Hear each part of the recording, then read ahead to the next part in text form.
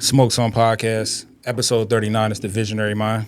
It's your boy AK Mind. Hey, man, we got a special guest in the building. We got an entrepreneur, a legend, an OG, an artist, the entrepreneur, a man of many traits. We got Appreciate the legend itself, Al Nuke. How you doing, bro? What up, doe? What up, doe? What up, doe? Man, How you chilling, feeling, man? I'm feeling great, man. So, it's definitely a pleasure to have you on the show. You know what I'm Thank saying? you, You're Pam. somebody that we really look up to from the city, especially being from the east side and representing what you represent. You from the East? Yep, East Warren. Salute. Salute. Salute, salute. Salute, salute. So just like briefly, let's go into your background. Like, what got you into that like hustling spirit and wanting to indulge in different things? Well, for me, for people that don't know me, my name is Al Nuke. I'm from, like you said, the city of Detroit. I'm from the East Side. Started putting music out in the late 90s. Did movies in the early 2000s. And yeah, man, I just had a long, great run, and I'm really excited. I'm still inspired. You asked me what got me into just entertainment business in general. I think it would have to be like the third grade, like when I seen I was on the playground rapping. It was like when Run DMC came out. Y'all ain't that old, so y'all like it was. But like when actually rap first started, the birth of rap, I had seen it as a kid, and I was just really inspired. And I just remember being in the third grade on the playground, started rapping, and a man put me on his shoulders and let me rap for the whole playground, and everybody came over there and gravitated to me. And but it was a young lady that was like me back then, so she was like, I don't know what y'all like about him. Look at his socks. And she pulled my shoe off, and them socks was like fucking black as this board. It was like, you know, as a little boy, you wear socks for 2 weeks. The bitches, where they hard. You know, where they get black, but then they're hard over the dirt, pause. It was that fucking deep, the socks. And as soon as she took the shoe off, the whole crowd went, oh, and ran. The man took me off his shoulders, put me down. The whole fucking, the whole playground turned empty in the matter of, it was packed. I had the show going, and in 30 seconds, it was empty. And to anybody, the average person, that have made them really disappointed. For me, that was inspiration. I was like, yo, I had something for that 30 seconds, 40 seconds. I did something with myself. Yeah, your first taste of reality. Yeah. So from there, it was just like, it's always been a passion of mine to be in some sort of entertainment in some type of way. Right. So let's scale back a little bit. What was it like growing up in the 80s from your perspective? That shit was hard as hell. I ain't gonna lie to you, bro. I couldn't wait to get older, cause from what in the 80s, it wasn't no Instagram, it wasn't no social media. So your parents could beat the shit out you, hire you in a cage or some shit. People wouldn't know, people wouldn't care. So back then, it was like really hard for me as a child. I've been on my own since I was 13 years old. I haven't lived back with a family member. You know what I mean? At 13, so I was selling dope, doing all type of crazy shit. Tez, no, he vouched for it. I was like in a wild young dude, man. Shootouts every day, ODing people on heroin, just crazy as a young dude. And just happy I changed my life, blessed. You know what I mean? Because it was wild growing up, bro. So like in hindsight, like those humble beginnings, like how do they like shape and mold you and like keep you level grounded now, seeing that you have reach the pinnacle of success in the different things that you do? You know what's crazy? I wouldn't say I reached the pinnacle because I'm so far from where I want to be, but I'm so far from where I came. Mm-hmm. And the crazy part about it is I'll be blessed every day just thinking about it. Like, damn, Al, you blessed. But then at the same time, being where I'm from, certain situations can still bother me. You know what I mean? Like, I'm going through a thing right now where, like, one of my homies from the hood, an older dude, you know what I mean? He talked crazy to me yesterday, and it was just like, that shit sunk on me. So I had to call him and motherfucker this and that. Nigga, I'm ready to lose it all, nigga, right now. Get in the shootout, nigga.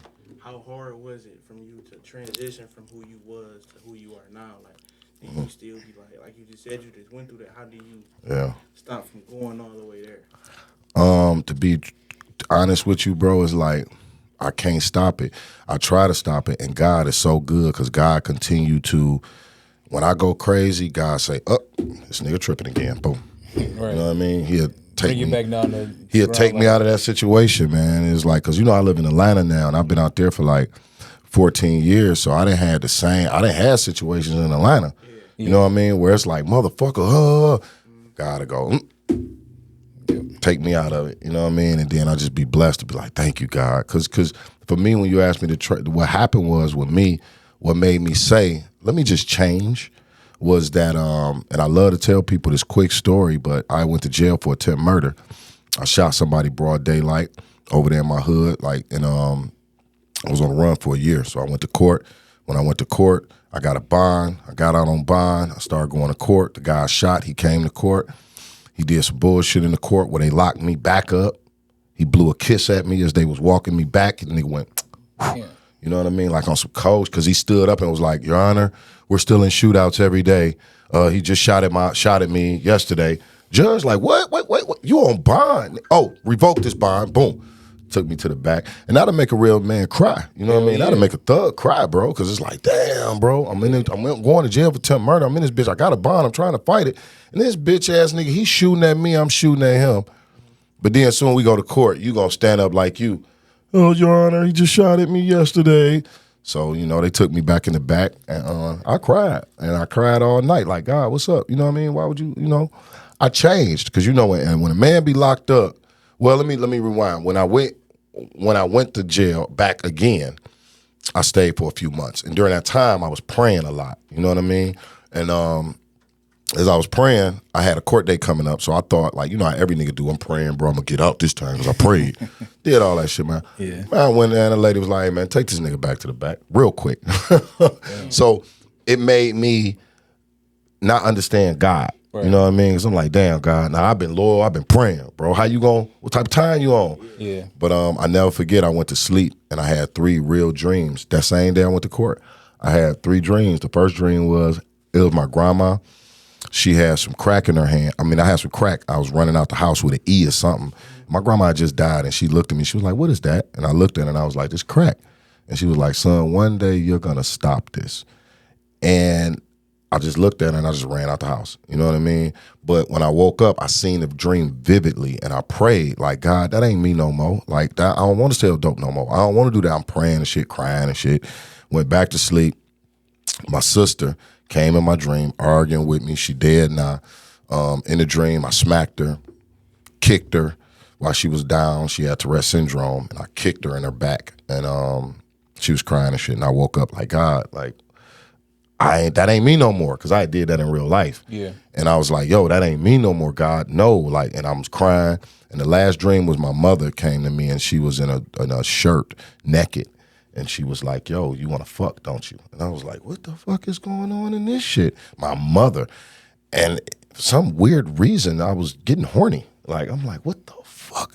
And I woke up again. But that night, God showed me, like, nigga, you are the same person. No matter what you pray to me, you're still violent. You still want to sell drugs. And you still want to fuck and just be out here doing crazy shit. So when he told me that in that dream, I said, okay, I get it now. You're right. And I went cold turkey, stopped selling dope. Well, he gave me a chance to finally get out, and I stopped selling dope, and I fought my case from on the outside. You know what I mean? But I stopped selling dope, stopped fucking bitches going crazy, like, and I tried to control my temper. Of course, being out on attempted murder charge, I had to control my temper.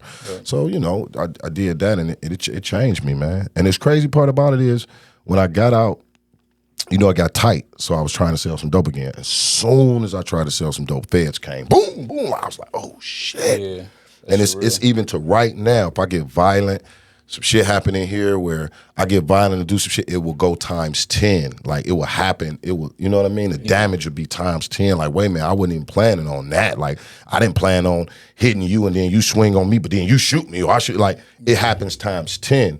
And I feel like because I made that pact with God, like, I ain't going to do that shit no more. So once feds got on my ass, as soon as I got out trying to sell dope, I said, okay, God, you right. And I just devoted all the time to Al Nuke. It was cold turkey. Facts. So to go back to something that you said, like when I said the pinnacle to success, you say you feel like you haven't reached it yet. Mm-hmm. From a Eastside kid's perspective, growing up, seeing you, being with different movies, that is the pinnacle of success. So it is. I appreciate that. So who are those people that was OGs to you that you looked up to get you to where you are now? That's a great question. Man, people that I used to look up to? Or currently, you know, because as you evolve, you had people in the city that you looked up to, you've been through the industry, so it might be some people in the A, it might be some people in Cali, like, you know what I'm saying, you a OG within our True. space. So I done lived 5 lives. Right, so true. Who are some of them people that was... Well, I'll tell you, like, right now, a person that inspired me is my brother Zaytoven. Okay. He's a big producer in Atlanta, and Zay is like a baby Jesus. He is like, he look at things in total different perspectives than what we'll look at it like. I call him baby Jesus because he never cursed, he never smoked, he never drunk, but he around all the thugs. He by the jury, he do all of the stuff that we do. Too. Yeah, just as influential, but he don't do none of the stuff that we do. And his mindset is different. Like Zay, mine is just different. He thinks differently. Like prime example, his house got broken into. And he called me and he was like, bro, they stole some jewelry. They stole this, stole that. I grabbed my guns. I'm like, where we at? Let's go. Right. And he's like, nah, chill out, nigga. That was a blessing. And I'm like, what? A blessing? Nigga, you ain't at the window with your gun like Malcolm X looking out the window? Like, he like, bro, no. It ain't that deep, yeah. Yeah, he like, bro, I don't care nothing about that junk, bro. I'm going to file an insurance claim. They help me because I'm about to make some money. Right. How do you think like that? Yeah. You know what I mean? Like that opposites attract. He needs. Yeah. That's what makes us jail like that because I'm an honest dude. Yeah. And a lot of times I might be going left and it takes him to pull me back to like, bro, look at it this way. Yeah. Like the way you're looking at this is so weird. You know what I mean? Even to where I give you another prime example. We argue all the time about if I drop you off, right? I pick you up, we go to the club, right? And then I drop you off at the crib. Am I supposed to wait for you to go in the house? Hell yeah. Exactly. That's me. Now Zay saying, is you a kid? No. Why do I have to wait outside? Bro, I done picked you up. Now I'm dropping you off. Now you want me to wait for you to get in the house, lay down, and then before I pull off? Nigga, you grown as hell, bro. Shit, I'm gone. Not only that, if you at my crib and you leave, I'm going to walk you to the car. Yeah.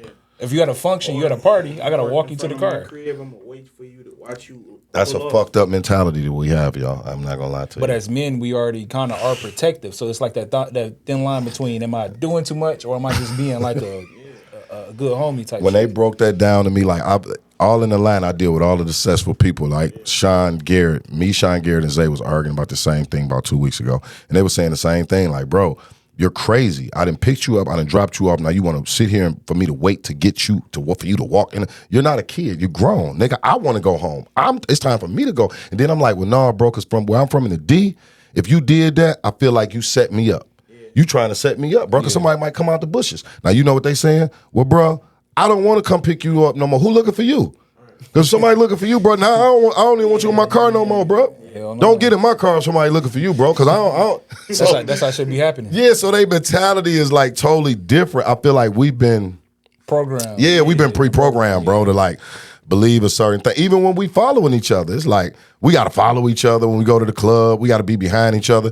Niggas in the line be like, hey, bro, we about to all go here. We'll meet here. Yeah. Right. We don't need to be back-to-back in cars and this and that, bro. Well, that shit gay. Yeah. Meet me there, bro. Right. I don't like what. Why you got to feel like I missed the light or what are you talking about? But it'd be like, and it make me feel stupid.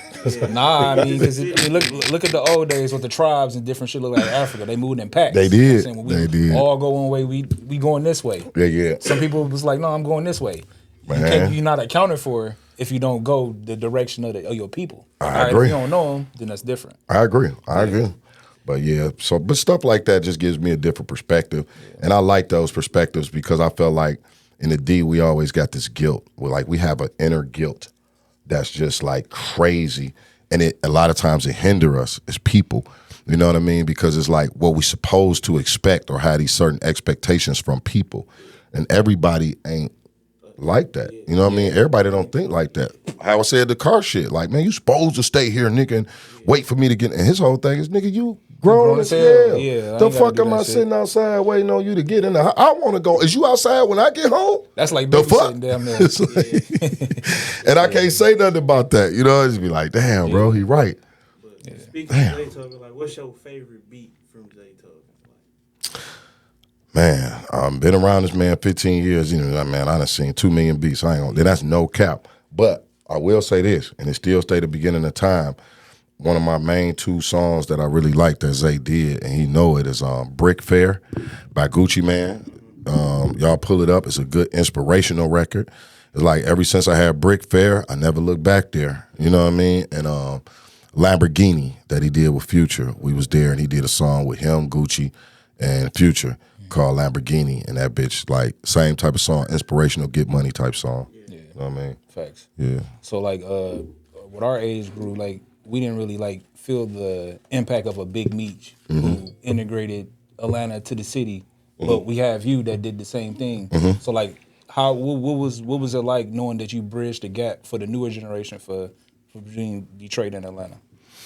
It feel good, bro. But to be honest, I feel like I don't get enough. I don't get enough compliments for that. You know what I mean? Like a lot of people don't really know. Because when I first left the D, a lot of people was like, "Oh, you one of Detroit heroes? How you gonna leave and go dick ride Atlanta and all this and that?"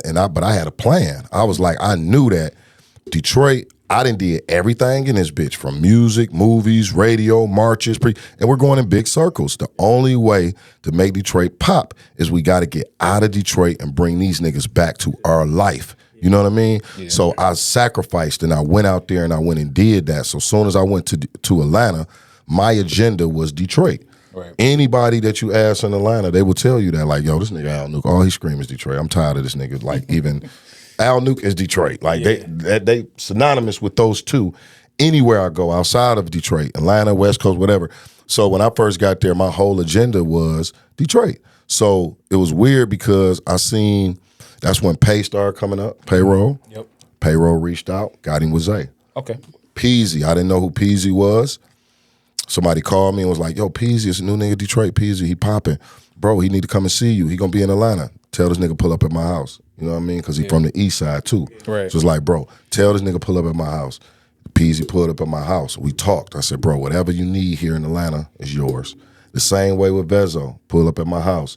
Him, Chanel, sitting in my garage in my house, 5-bedroom house in Detroit. In Atlanta. I was like, yo, bro, whatever y'all need is there. Same with Cash Doll. Whatever you need, sis, is there. You know what I mean? T Grizzly, 4-2 Doug. I mean, all these brothers that came to Atlanta, they knew, like, okay, call Nuke. I'm telling 4-2, you come down, I got straps here, got guns, come to the house. It's still right now as a rule of any Detroit brother that I know, you come to Atlanta, you got 2 days, 3 days to stay at my house for free. You know what I mean? And I ain't even got to know you like that. Right. It's just all you got to vouch. Yeah, Tez call and say, hey, bro, this my people. Man, come sleep on the couch, my nigga. It's a bedroom right here. So I did that with all them brothers. I did that with Bando. Yep. You know what I mean? Before he started, come to my house, bro. I got the pictures and I got the receipts. For Show Mag. Yep. Coach Joey, same thing. Same thing. Come here, bro. Let me give you this game. Let me show you this. You know what I mean? So, you know, I feel like now it just be like everybody doing their own thing. I feel like they don't know. Like, not them people, because all of them people I mentioned, they know. Yeah. Like, man, it's my brother. They're like, he gonna do whatever I call him to do it, and vice versa. But like, the streets of the city need to know that my main agenda going to Atlanta was to open the doors for Detroit. It wasn't me just wanting to move out. Like, it was me to open the doors. So what do you feel like to elaborate on that point, like what's the importance of tapping in and like people checking in with you and tapping in from different areas, different networks? Like what's the importance of that? I think it's very important. If you come to Atlanta and you from Detroit and you haven't tapped in with Nuke, you're gonna be spinning your wheels, because Atlanta is very territorial. It's like clicked. It's like this click deal with this click deal with this click. So if you ain't fucking with a click, ain't nobody gonna really fuck with you. All they gonna say is, how much money you got? You hard, boy. Boy, you hard. Boy, I love your music, boy. Now, how much money? What you trying to do? Take your money, keep it pushing, forget about you tomorrow. You know what I mean? So it's just all about how you want to do it. You know what I mean? Yeah. At this point. I feel that. So, like, going back to the music, like, what was, like, because it's different for artists today. Like, you know, it seemed like, I would assume from your perspective, it'd be easier for artists to get on now. Hell yeah. Because if you go to the A, you got you come to the city, you got you and other people. But like, what was your perspective on the music business before you got into it, and then now that you done 20 years plus, like, what's your outlook on it now? Man, it's crazy, bro. I could say it's hella hard, or I could say it's hella easy. But it's not. It's hard. It's hard. It's just as hard. It's just a different type of hard. You know what I mean? Pause. Like, when I was coming up, everything cost so much money to get done. You know what I mean? Like vinyl, pressing up CDs, getting the radio behind you, getting the DJ behind. Everything costed a little money, but more importantly, they wasn't Detroit artists wasn't popping. Like they didn't care about us at all. So to see how every DJ is, oh yeah, and everybody's happy about Detroit artists. Man, I come from the era we had to beat DJ's ass. We had to threaten the PD. We got into it with people, the record stores. Like, you from the East Side, right? Yep. Chantoniques. Now, I'm an East Side nigga that put out an album, and the first album, as soon as I put my first album, I put it out on the West Side, and I think I left like 20 copies, and the dude was like, come get this shit. Come get this bullshit. I'm like, what? He like, bro, your intro, you talking about West Side niggas and this and that and the other, and you from the East Side. We ain't with that shit, bro. Come pick this bullshit up. Right. You know what I mean? So I come from that era, and I wasn't even throwing shots at the West Side. I was just like, yo. From your perspective. Yeah, I was like, it was a skit I did or something, and I was like, yo, we got a nigga try to set us up. And they was like, where you at? I'm on the West Side. Like that type of shit. And they was like, bro, we ain't with that. Come get these albums. You know what I mean? So it came from that. I pulled a pistol on the West Side. Record store was it? Damon's. Me and Damon's got into it. You know what I mean? So I come from that era, bro, where it was hard to get music played. Like, we wasn't on Family Fun Days and Hart Plaza radio things. They looking at us like, man, if y'all don't get the fuck out of here. You know what I mean? But I also want to note, though, that people will never give me my props for this. When they finally started letting Detroit artists on these major shows, right? You only had me, Bombshell, Trick, and Play School. It was 4 groups, right? Trick would go up there and do the dance, like Prince and them, like Morris Day and them, nigga had a real dance. But you know, Trick had some shit popping. He was dancing. Right. He put on a real show. And I'm not saying that in no negative tone. That's my brother. I love him. He had a real show. You know what I mean? Put thought into it. Yeah, he put thought into it. Dancing, slide, nigga had mirrors, all type of shit. Bombshell would just come out as a girl and rap, and people loved her. Play School would come out and dance. Al Nuke was the guy that came out and said, all my ladies scream, take my shirt off, throw it in the crowd. Women didn't know who I was, and they just like, scream. Ah! And they just start. So I feel like a lot of people not gonna give me my props from making a Detroit local rapper turn celebrity. I did a lot of that single-handedly. You know what I mean? And they don't give a fuck what nobody say. I did that. I set the tone on that. I rode around in limos, put posters all on my limos, jump out in fucking stores and retail with cameras before it was cool for a guy to sit around with a camera. I had a cameraman. I had security. I made this shit look like it was bigger than what it was when wasn't nobody doing that. Yeah. So that need to be known. So what do you feel like do you feel like it's easier now? Like, what would you do now? Mm-hmm. If differently you than now. Yeah. If I wanted to pipe up right now? Yeah. Like if you was Al Nuke starting to rap, right? Yeah. Same Al Nuke. That's a good question. And the reason I say that is because it's a lot easier to get on right now, but in a sense it ain't, because it's oversaturated. Everybody named Mama rapping. Yeah. See, the only difference back then, it wasn't a lot of people rapping. You only had about 15, 20 people rapping in Detroit. Yeah.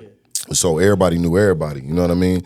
So if I had to do it now, I would probably do the same thing, but more importantly, I always been a marketing genius. So I would just do the same shit that Al Nuke always used to do and just add social media to it. Cause I'm a marketing person. Like, I used to have a stamp, and I used to stamp my money with Al Nuke. Stamp my money, Al Nuke. I had a marker every day where I went. Every store, gas station, this, that, I'm in the bathroom or somewhere writing my name, Al Nuke. You know what I mean? Al Nuke was here. So all of those little small details, and you stay consistent with that, you know what I mean? And being creative on marketing, doing skits that make the skit not about your music, but somehow adding your music in it, incorporating your music in the skit some type of way. I would be doing a lot of that. So, you know, I would just be thinking like outside the box, bro. Like literally. What year or what time frame do you think it was that Detroit music took that next step to, you know, to go mainstream or to be everywhere? I think it was when, truth be told, man, Eminem sparked this bitch, bro. This bitch was dead as fuck, but it was crazy back then. Was y'all around in that era? Yeah, y'all know what's going on? Oh, okay. So what was really going on in that era is kind of like an 8 Mile situation, right? Mm-hmm. You had all of your backpack rappers they was in a circle, and then you had your street rappers, and the backpack rappers was not fucking with the street rappers because the street rappers had the shit on lock. We had made it to where it's in nobody cared about Detroit music, and then we took it, the street guys, and took it and said, yo, fuck that.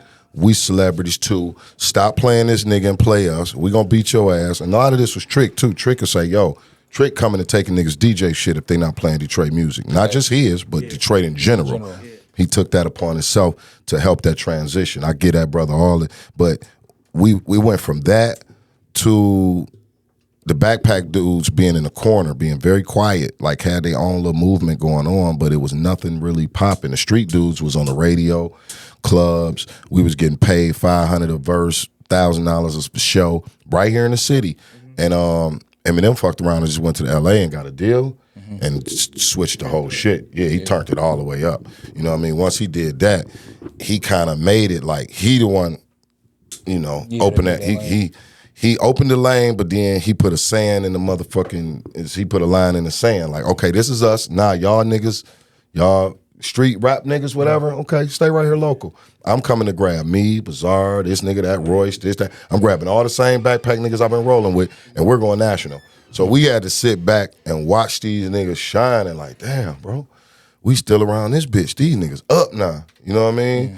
And that's how it happened. It wasn't until, I can't even say Big Sean, it was T Grizzly that came and gave street niggas a light. You know what I mean? Because Eminem was not giving street niggas a light. He gave Trick his thing, but I feel like he did that for political purposes at the time. Oh shit. Yeah, I feel like he did that for political purposes. He know he needed that situation.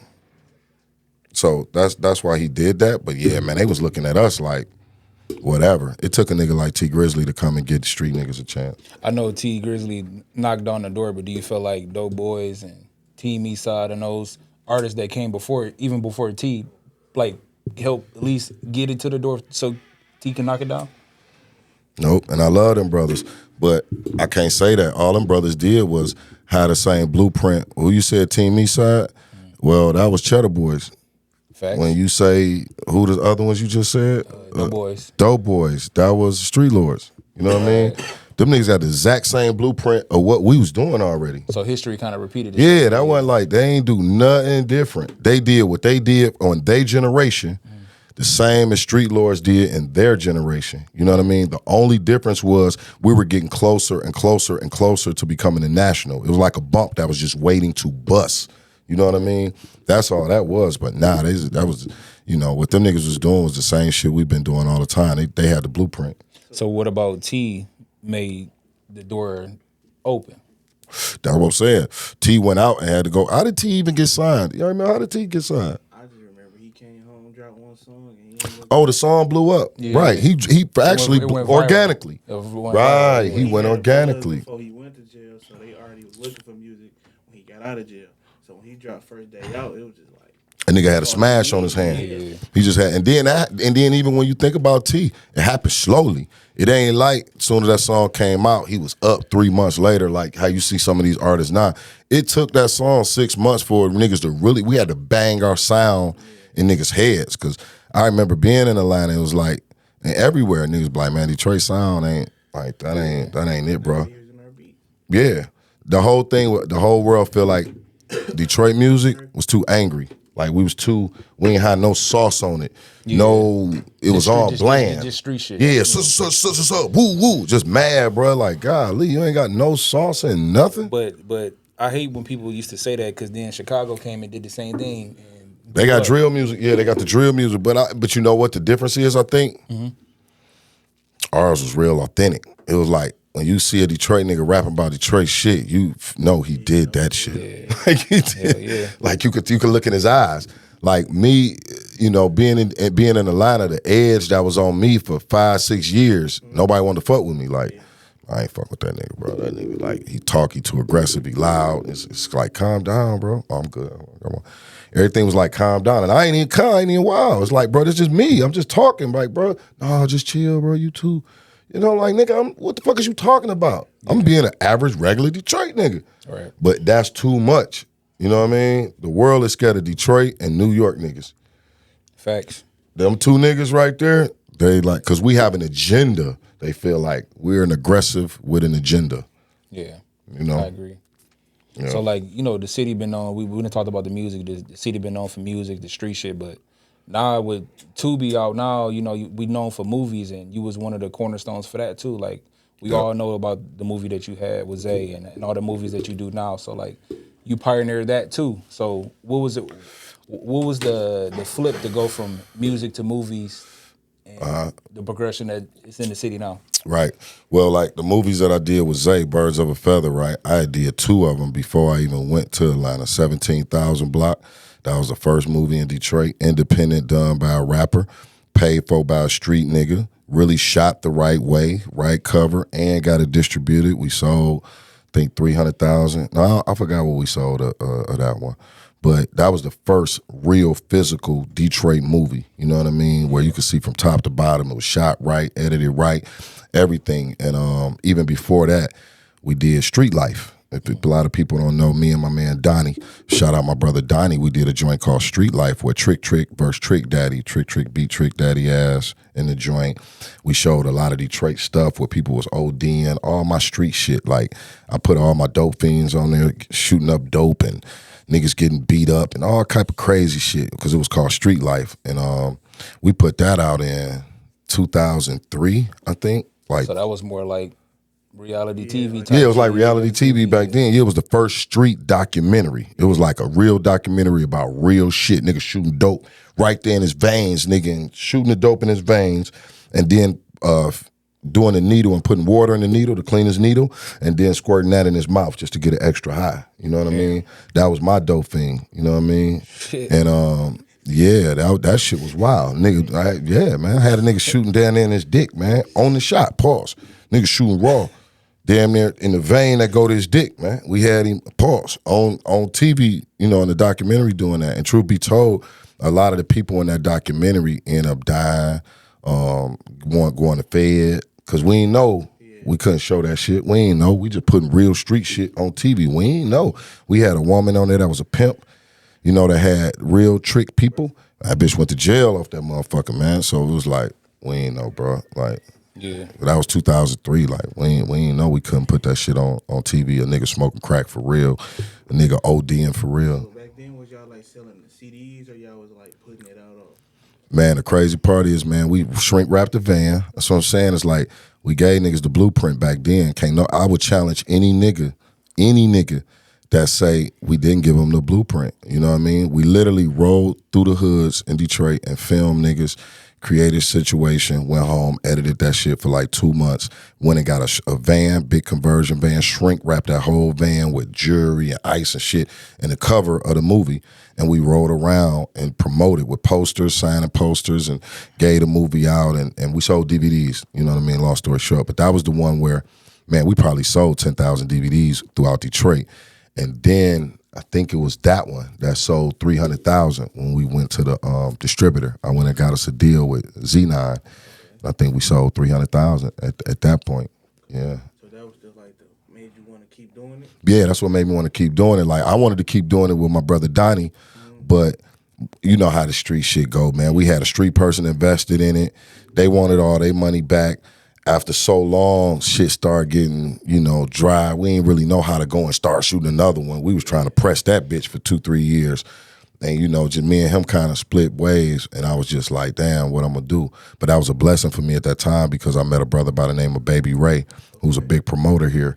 And he was like, man, I seen what you did with Street Life with you and Donnie. And he was a West Side nigga. You know, it's crazy that I'm an East Side nigga, but the majority of the niggas that ever put me on was from the West Side. That gave me an opportunity. It's crazy like that. Yeah, it's love for y'all. It's number love for my West Side niggas too. But Baby Ray, and that was, of course, because I had an office on the West Side too. But he had seen me and was like, bro, I'm going to invest in your new movie. Can you write one? And I was, at that time, man, I probably had $1,000 in my name. I'm like, nigga, can I write one? Bro, give me a week. You know what I mean? And I wrote that motherfucker. I ain't even know what I was writing. I ain't even know how to direct. And none of that shit. But I was like, bro, I'm about to direct this bitch. You know what I mean? I wrote it. I'm about to direct it. And what the smartest thing I could have did was put a producer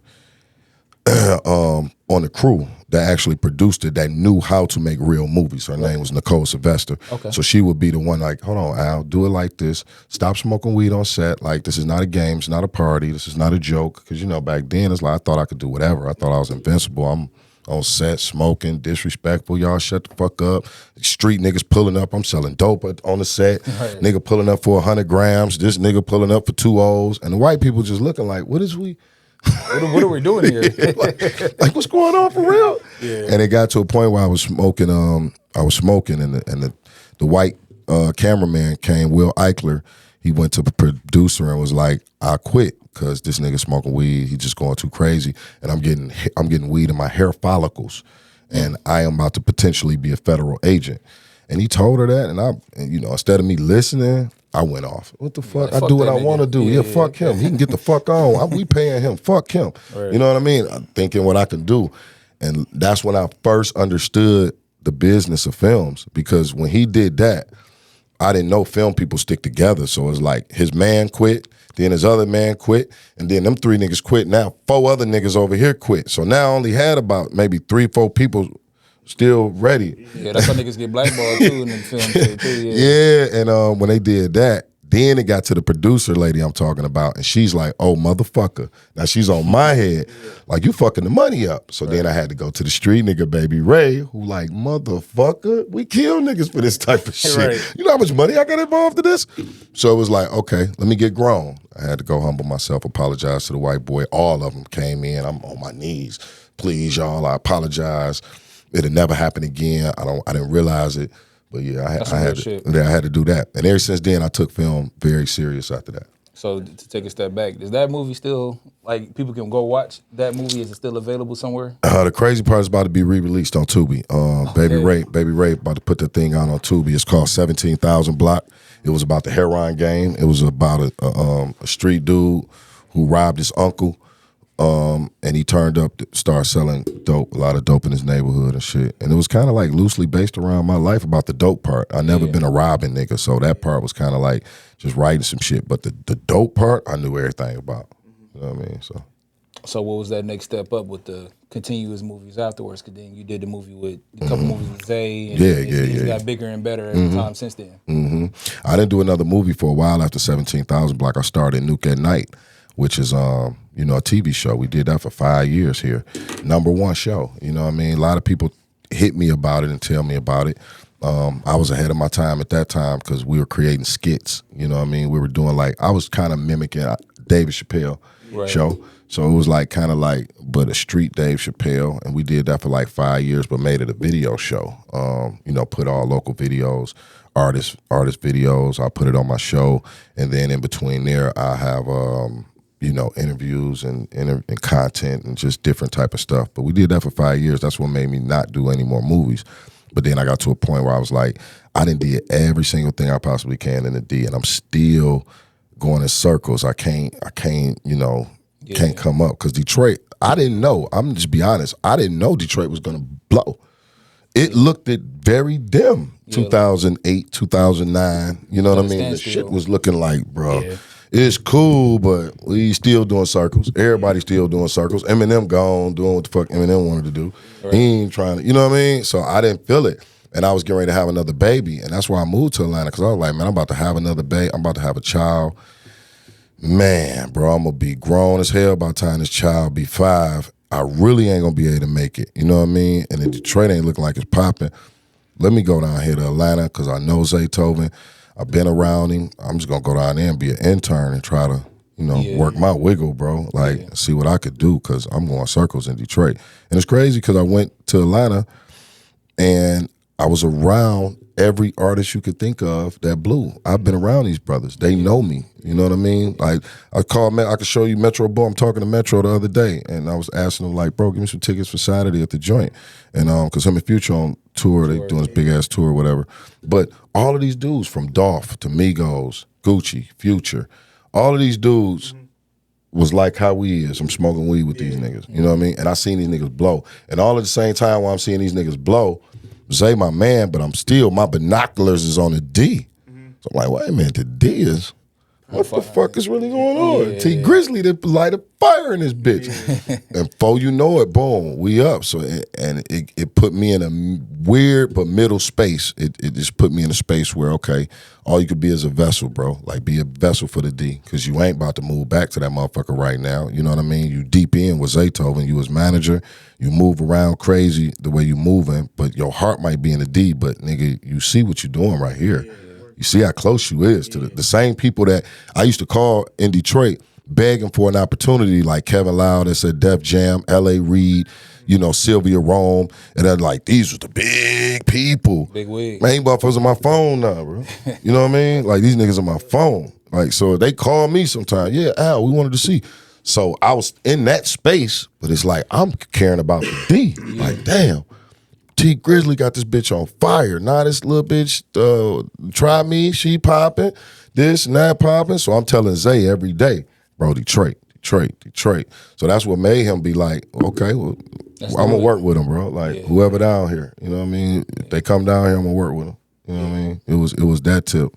Yeah, for sure. So go back to something you said with the Al at Night, like seeing how sketch comedy is still a thing now. Like, is that something you would bring back, or? Yeah, I would definitely. I often think about doing it. Like Zay always tell me, man. My kids always tell me, like, do more skits, because you know you started that stuff. You funny with that shit. But it's just like, that shit is so like, it's past. It ain't challenging for me. I'd rather do something that's challenging for me, and I'm not making no money, than to be doing something that's making money, but I did it 10 years ago. It's not a challenge to me. You know what I mean? It's not a. I won't be passionate about it. Like, I'm working on a film where I'm playing a serial killer slash police officer, detective slash like a Jeffrey Dahmer. So that's challenging to me. I'm spending my money. You know what I mean? I'm like, fuck it. I'm gonna spend this money to make this shit look like this. I want it to look clean. I want it to look like Netflix. I want to look like Jeffrey Dahmer. I'm buying old 1970 glasses. Right. I'm in the mirror trying to figure out the cry. I know how to do this now. Like, you know, this motherfucker can jump by itself. I went into method acting, you know what I mean? Yeah. So I'm doing, like, bro, I really be on some real industry crazy stuff all my life. The only problem is I haven't had the big light. But everything that Tyler Perry, Ice Cube, Will Smith, you name the people, Al Nuke done this shit. You know what I mean? I just don't have the spotlight, but God gonna give it to me. And one thing I can't be mad about is I ain't them niggas, but at least it helped me, it pay my bills. You know what I mean? I ain't got to go get a 9 to 5. You stood the test of time too, though. Yeah, I done stood the test of time. I done stayed relevant. So, you know, I be often looking at the shit like, damn, bro, like, what the fuck? What's next? Yeah. How the Yeah, definitely got a cold fan base. Definitely got a cold fan base. But nigga, when you think about people like Migos, you know what I mean? I'm sitting there smoking a blunt with these little niggas, and they like, oh, gee, we got to do this. And I'm like, bro, listen, y'all got it, man. Y'all niggas make it. Y'all niggas got to do this. And that, these niggas skinny, shirts, you know what I mean? These little boys, man. Yeah. I seen these niggas to the moon now. I was like, hold on, bro. You got $50 million, $100 million. Nigga, I was just smoking a blunt with you, nigga. And to think about them, and then to think about Eminem, who was in a radio station looking at me like, Al Nuke, how you getting on, bro? How you getting radio? I really commend you, man. And man, I just wish I could make it, when he had his first Source magazine cover, you know what I mean? Or N5 Mic, whatever the fuck. We was already up getting radio spins, you know what I mean? So seeing Blade and, you know, fucking with Blade and fucking with Proof, and I was around when these niggas popped too. So like, damn. Multiple generations and decades. I don't know if niggas know that. Like, yeah, bro. Like, come on, man. I was there when Wipeout, nigga, the Cheddar Boy, nigga. You know what I mean? When they got into it, Street Lords and Wipeout, I'm standing right there, like, damn, this shit about to go down. You know what I mean? So I've seen a lot of shit. Yeah. You know what I mean? A lot of shit. Yeah. So I'll be blessed about that. Now I just want to figure out how do my journey equate to peace and money. Right. Because at this point in my life, I want more peace than money. Yeah. How do it equate to that? That's all I want. What does peace look like to you? Like, what's the ideal peace? Man, just not feeling like the monkey on my back. You know what I mean? Not feeling like somebody after me, or I have to Because ain't nobody after me. I don't owe nobody no money. Right. You know what I mean? I ain't fucking nobody's wife. Right. But coming from, ODing niggas, shootouts, police chasers, that shit still, you know what I mean? I'm still sleeping with a pistol next to me. I still got a pistol on me. I still, I can't remember last time I didn't have a gun on me. So, peace like that, not being able to have to work 15 hours. I worked 15 hours a day since 1998. Niggas can't fuck with me when it come to that. So, and Tez can vouch for that. 15, 16 hours a day. I'm on a computer or I'm writing or I'm doing something creatively. You know what I mean? 15 hours a day since 1998. No cap. Yeah. How do you keep that focus? Like, what do you do? Bro, to continue to reinvent yourself, continue to be inspired. Oh my God, that's the hardest thing. Because a lot of shit be failures. You know what I mean? You got to think through that. Oh, what's 1998? Nigga, is that 30 years or 20 years? I don't fucking know. 25 years. It's 26 years. It's like, you got to continue to reinvent yourself, figure something else out. This didn't work. Okay, you lose this. You made a couple dollars here. You done lost a couple dollars here. I ain't never had a job. I don't know what the fuck a 9 to 5 look like. I don't know what that look like. So so the hardest part like I said, is to continue to try to inspire yourself, being in the entertainment business and haven't made it, but continuously to have to pay your bills from it and don't give up. That is very, very, very hard. And all I can say is you got to continue to think. I work off a calendar. I got a calendar at my house to where I write in every day. You know what I mean? This is what I'm going to do. Nobody's going to call me to do it. This is what I'm going to do. And I've been working like that since 1998. That's the key. I pulled that calendar out. I fill up my calendar with shit. I ain't fuck a phone calendar. Fuck all. No, this calendar is right on my desk, and I fill it up with anything. Pay a bill today. Edit for these many hours. This motherfucker pissed me off this day. Call these people this day to make myself busy. You know what I mean, and make sure that I'm going towards something. You know what I mean? And I've learned how to edit. So my toolbox is vast. You know what I mean? Which means I know how to edit. I know how to write. I know how to direct.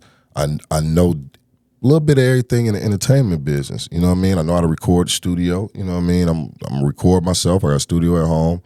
I own the cameras. I know how to turn that bitch on. I ain't the perfect nigga, but I know how to, if I need to work it. So just whenever you don't have a job, become a student. Thanks. That's what I tell people. If you ain't no money coming in, go sharpen your purpose. You know what I mean? Go learn and pick up a new craft or something. So like outside of music and the entertainment industry, like what other ventures do you do outside of that? Like I'm pretty sure the entrepreneurship is just as important as what you do that people can see. Lately, stocks and real estate. Okay. Got a couple properties, got a stock portfolio, got me and my friends fuck with options. Okay. Y'all fuck with them? Y'all know about them? I'm just not getting hip to that. Stock options. Shit, just like the lottery. Niggas be going to spend all this money on the lottery. You can do options. It's basically buy and sell, stocks, short sell them. Like you might see Nike and you feel like, man, this motherfucker, I just heard some shit where the CEO about to get fired. Nigga, let me put $1,000 on this motherfucker because that bitch about to drop. Soon as they say that this nigga's about to get fired, the stock gonna drop. So I'm gonna put an option on it and bet that it drop. You know what I mean? So if I spend $200 on the option, that shit gonna make me $1,500. You know what I mean? Shit like that. You know what I mean? Just because I believed in a certain amount of time that stock gonna drop. So I fuck with that, and I mess with like I said, real estate. I want to open up a couple businesses in Detroit. I won't never open up nothing in Atlanta. I don't feel like, because that ain't my home. I don't know the politicians. I don't know the makeup of Atlanta. I know the makeup of Detroit. What type of business do you think our community need, like within the city, especially East Side, like because we get so many different people that get business, but they don't get embraced. And with you having a big name and being a historian of our city, you can build a business within the East Side and help other people that are like minded. Well, I think for one, that our city need we need to relax. Like, we don't have enough. Everything is so on edge. So what I would like to open up is like a foot massaging place. Okay. Because like in Atlanta, they got these foot massaging places where the Chinese ladies just massage your feet. You go in there and you put your feet in water so they make sure they clean. Then they come out and they rub your feet and your legs for like an hour. Your ass be in there sleep like a motherfucker. Like, but it's relaxation. You know what I mean? So I want to open up that somewhere like on East Side. Small little spot. It ain't got to be big and nice and this. It's just a nice, quiet spot you can go to and get a sense of quietness. Let a woman rub you. The only thing about I'm concerned about is hiring the chicks. They might try to sell some pussy. So I know they're going to sell some pussy. You know it. They're trying to go in the back. And because the niggas going to try to make them. You know what I mean? So it ain't going to be them. It's going to be the niggas. Well, what else come with this? Right. So, yeah. So I got to figure that part out. I want to hire some Chinese ladies and one black woman. But then the Chinese people won't work for us, which is weird.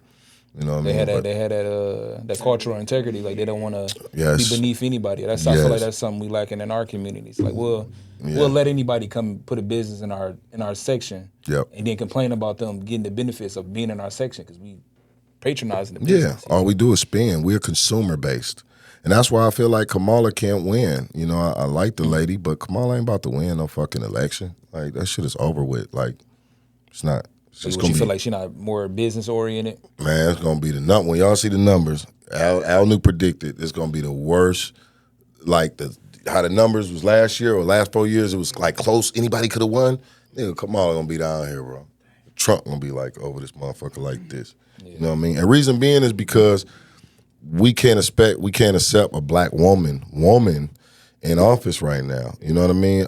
When I say that, I'm saying that to say, what is her demographics? Who's voting for her? The black woman. Outside of the black woman, 10 out of every black men, 5 of them may vote for her because they fucking with her. But the other 5 or the other 3 is going to be like, hey, man, I ain't dealing with no crazy bitch in office, bro. Like, but the crazy part about it, if you look at it, her appeal is that she married to a white man. Right. So she can get that conservative, new age, hipster type of white men because hell no white man, no. The gay ones, little LGBTN, that's what I'm saying. But it's only a handful of them. Now, how many the real white men in the back with their trailers and shit and they big houses, American white man? It's a lot of them niggas, man. And ain't none of them niggas voting for no black But I guess woman. they kind of still banking on that. Oh, like how it was for because Obama got them type of votes, so they probably banking on that appeal to she can appeal like had that appeal like him, but. I don't see it. I don't see it, bro. Only people gonna vote for her is the black woman, of course, half of the black men, a few soft white men, like you saying, that's just like LBGQ and just like want the power, you know, but no Indians, Mexicans, you know what I mean, Arabs, Chinese people, they're not gonna vote for her because they're looking at, first of all, y'all consumer based. Black people are consumer based. Now you want a black woman for us to feel, oh no. You know what I mean? Yeah. You know. Now aside from that, and then you look at her policies, just for people that's intellectual, she have no policy. Like, she just rolled out her policy plan. She been, trying to be president for 2-3 weeks now, months, but she never told us nothing of what she was going to do until like 2 days ago. Right. Vice president, she was totally silent. You didn't even know she existed. Right. So it's like you ain't got no swag. I think that's by design, though. Right. You was mute when you was in office. It's like nobody knew you. I think that's by design, though. I feel like even with Biden, like you knew Biden was the vice president, but Obama was the Yeah, he was still the ringleader. You felt like Obama was still. Yeah, like that's by design. I feel like him, Nancy Pelosi. It's a lady named Nancy Pelosi. Y'all ever heard of her? Yep. This white woman, old, shriveled up, bro. She worth $100-something million because she trades stocks. Okay. She trades stocks. The motherfucker people call her beforehand, like, hey, Microsoft about to lose some money. This bitch go in, hit a lick. And it's legal. She could do that shit. She worth more than all of the politicians down there. Like, you know what I mean? Outside of Trump now. This bitch got a bankroll. But yeah, they was in control. The Democrats is in control for sure. You ever thought about getting in politics? I would in another life. I don't think my life has enough time, space, because there's so much I want to do. Right. Like, I still want to at some point have a podcast again because I've been thinking about doing one, hopefully starting it in the new year, because I want to be like a shock jock. I want to be like, I feel like I can be like a Black Howard Stern, that's telling the truth that people need to hear. You know what I mean? I've always been that person, so I feel like that's easy for me. But you know, I got too much other shit I want to do right now. I want to be a movie star and shit. What was the science behind the movie Botch? Like, I've watched it. And it's a fire movie, but appreciate it, man. Coming behind the camera, what was the mindset? Why was that an important story to tell? For me, I just think that God has led me to do movies that help us as a culture to have conversation outside of being entertained. You know what I mean? Or don't have no premise on the movie, like, you know, nigga kill a nigga, you don't know why he got shot and this, that. It's just the same type of films that we do. You know what I mean? Even with that's not taking nothing from the Detroit movies that I'm seeing right now. You know what I mean? All of them look good. You know what I mean? All of them tell a story. But is it a story that people talk about 2 weeks later? You know what I mean? To have a conversation about the topic. You know what I mean? Yeah, like that touched you. You know what I mean? And I've always been into that. Like, even with Detroit Dreams, it's like it was a message in that movie. You know what I mean? They had all the rappers in it. It was cool, but there was a message in that movie. So with Botch, is like, I wanted to attack all the sisters that's continuously getting surgeries and they killing themselves. You know what I mean? It was real life. A chick doing booty shots in the hotel, blindfolding girls, having them come and really putting cement, super glue in these hoes. You know what I mean? Really killing them. You bitches think they getting silicone. They thinking they getting the real shit. Man, they getting some shit she done got out of Home Depot. Some shit you can drywall with. Yeah, they do drywall with. That's why if you go, and it's happening even in the D. So they putting bruh. like basically like. Man, it's liquid cement. Fillers. Why you think a bitch, if you see a chick in the bar and her ass, if you touch the bottom of that motherfucker, it's hard, like it just feels tough. It's like, why it's like a muscle. Yeah. A booty shouldn't be a muscle, okay? So if a booty is a muscle, that's how you know, okay, Mitch, it's some shit going on with you. You know what I mean? Because because booty's supposed to, it's that motherfucker, it ain't, it's a loose muscle, it's fat. It ain't a muscle. Like, bitch, why you got a muscle in your ass? You know what I mean? It's cement. Yep, so that's why I wanted to do that movie, bro. Like, I felt like Botch was gonna help women, think more about what they want to do with their body. And I knew that I was able to take that movie in different places. Like, not only just Tubi, I can go to colleges and talk about this movie. I can go to different platforms, churches, whatever the hell, wherever I can take this movie, because it's about something. It has conversation about it. You know what I mean? And it's currently trending too. Yeah, and it's currently trending. And I tell people all the time, I'm not ashamed to say that particular movie did better than all my other movies combined. You know what I mean? Yeah, and my other movies had Migos, Gucci Man, this Cash Doll, whatever the fuck, you name it. It was people in this, Scooter, Young Scooter, Bankroll Fresh, you know, all these niggas. Yeah. You name it. But shit, Botch did better than all of them combined. Yeah. So that let me know that make movies about real shit. They don't care about the rappers. They don't care about just because you got this dude in it. You know, they don't care about that. Would you ever focus on like one TV show, like just one series? Well, Roper. That's what I'm in a series right now. I'm currently working on 2 series, and I'm finally gravitating to the series. This one called Roper that I'm working on right now is about me being a serial killer / police officer. That's a limited series that I'm shooting right now.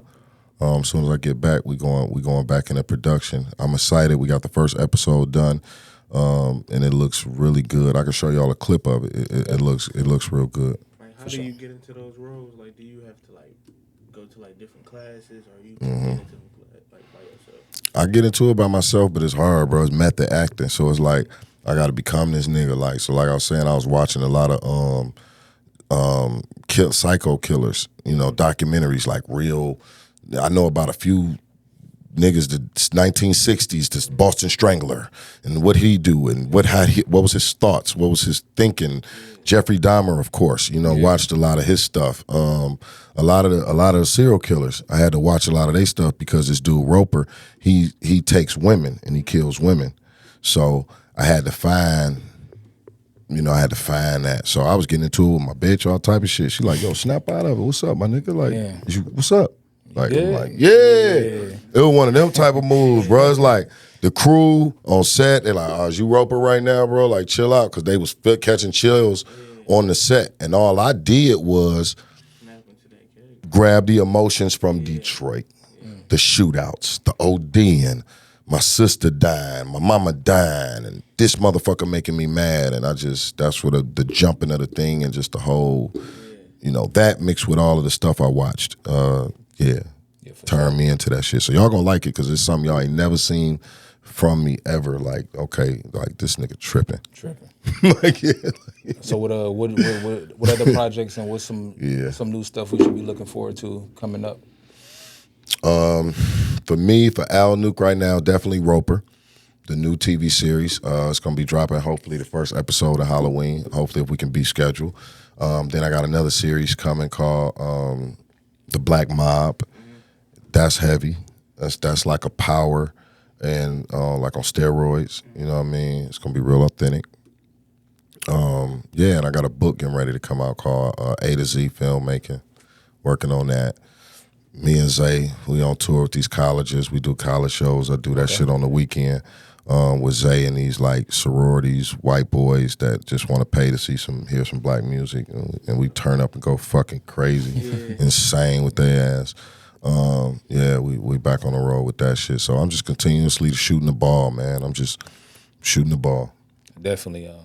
Well, we appreciate you coming through. You know what I'm saying? You're an OG, you're a historian of the city, I appreciate it. You're an icon of the city. So we definitely appreciate you coming through, you know what I'm saying? We appreciate the opportunity and we look forward to all the great things coming up. Yeah, definitely. I appreciate y'all, man, for having me, man. Big shout outs, man. This is cool. This is real cool. I look forward to coming back and anything I can do for y'all, man, to help y'all push the envelope. Tez will tell you, I'm a vessel for the city. So whatever I can do, is there. It ain't about no money or none of that. If I could do it, that's what I do. We appreciate that. 100.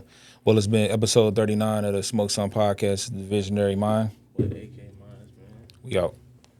One, peace.